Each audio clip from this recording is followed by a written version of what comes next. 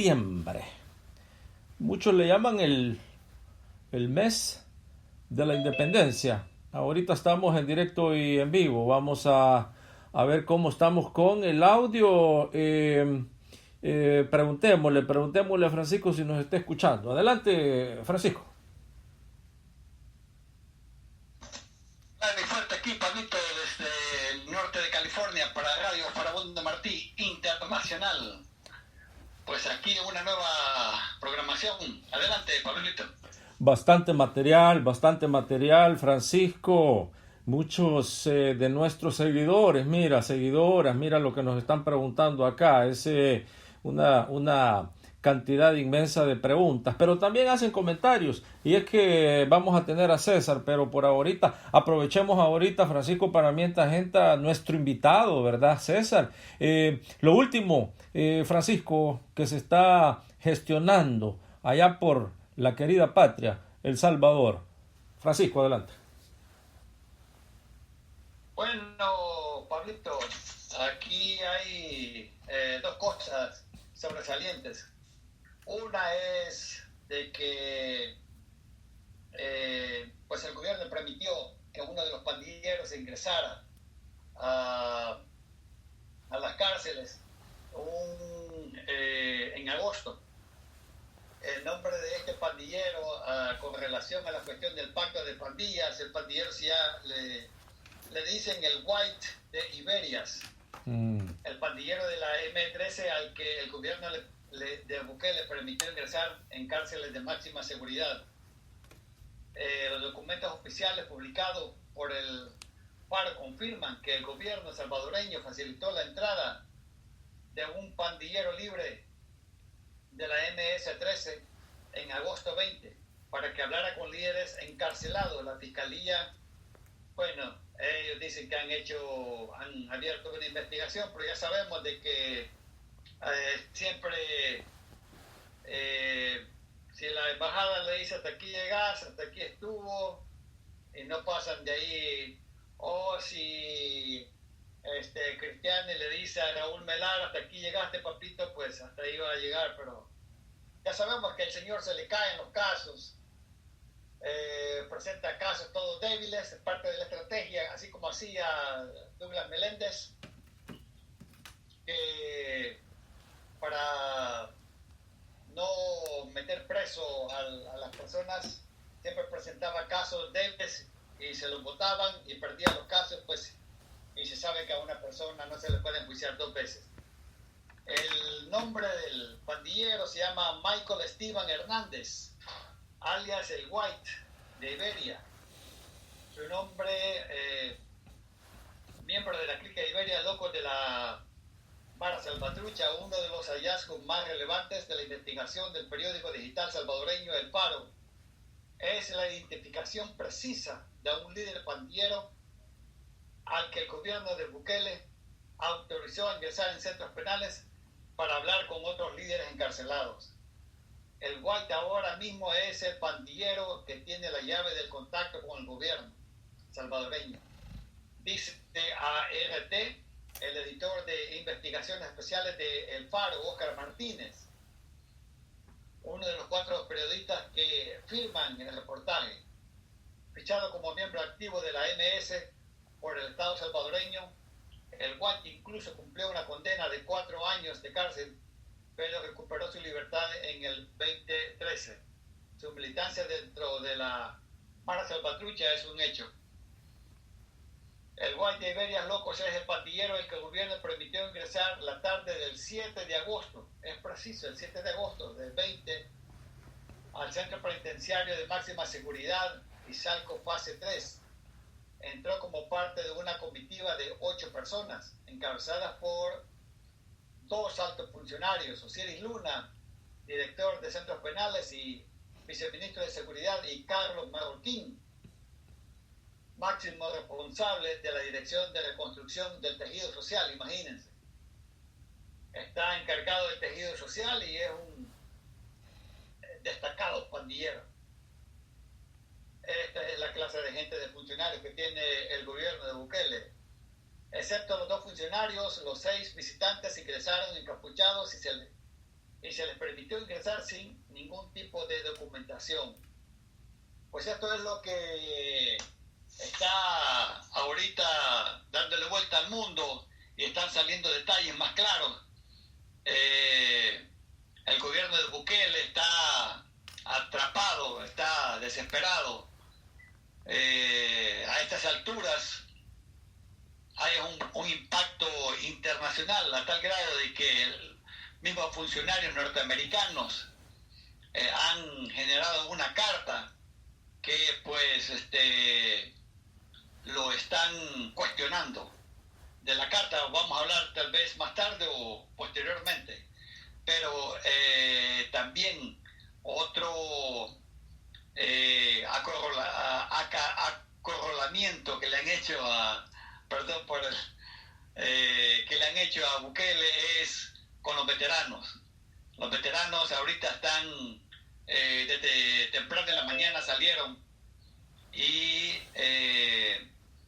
a presionar, porque ayer se logró un acuerdo de la Asamblea, una aprobación de unos dineros que van para pagar las pensiones de los veteranos, pero temprano en la mañana salieron funcionarios de Bukele a decir de que eso pues iba a ser rechazado, pero por la tarde salió el periódico que Bukele lo ha firmado y lo ha aceptado. No le ha quedado de otra. Es un gran triunfo para los excombatientes y veteranos que se merecen más que eso.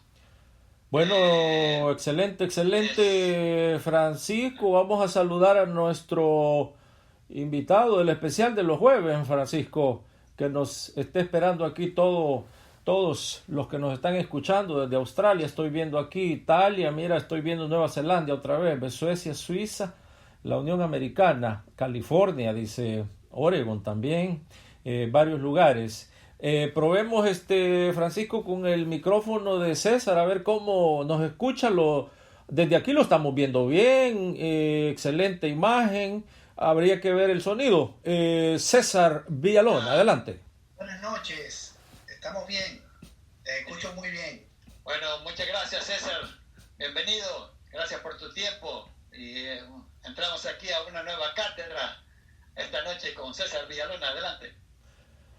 Perfecto. Y recordarle, César, hay que recordarle a toda esta gran audiencia que estás en directo y en vivo y que gracias a la gentileza de tu persona tenemos ese gran lujo que yo creo que nadie lo tiene, de tenerte todos los jueves. Y hoy la lista es larga, César, la lista es larga, así es que no vamos a estar con mucho más tiempo aquí, sino que te vamos a dar los micrófonos, como decía Francisco. Pasémosle los micrófonos, Francisco, directo a César.